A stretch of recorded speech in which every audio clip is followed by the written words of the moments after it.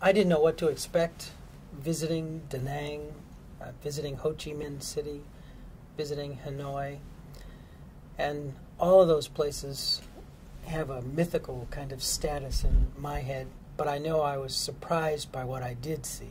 And in all those places, I found energy.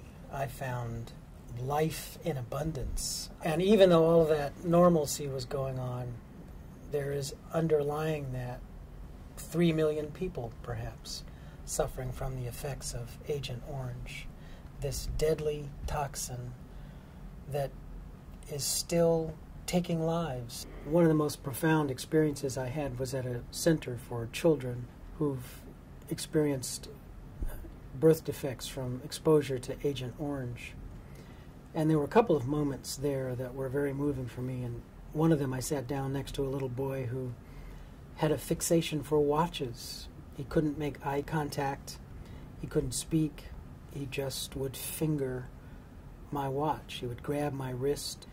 And I had these moments of thinking about what this kid's life must be like. And in that same center, there was another boy leaning against a wall. He finally came alive, and that's relative, when I showed him pictures that I'd been taking on my camera. And he could hold the camera and look at it with what looked like interest.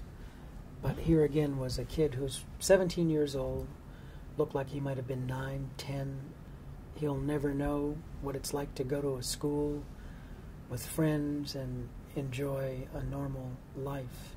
There's a very active U.S.-Vietnamese dialogue group on Agent Orange. It has members here from the U.S.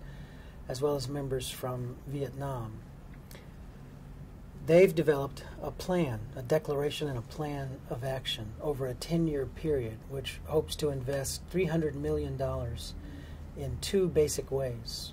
One of them is to do containment and cleanup of the hotspots. There are 28 of them in Vietnam where dioxin, Agent Orange, was stored and is still active in some senses.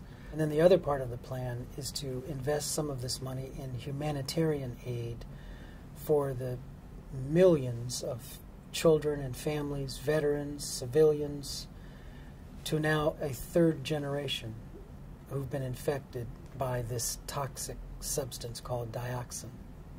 You know, African Americans, people of color, fought in that war in numbers disproportionate to our numbers in the population. So I think for that reason, especially the African American community would want to be a part of addressing this issue. I hope other people will join me, will join the U.S.-Vietnam Dialogue Group, will join all of the organizations, secular and religious, that will endorse this plan to make Agent Orange history.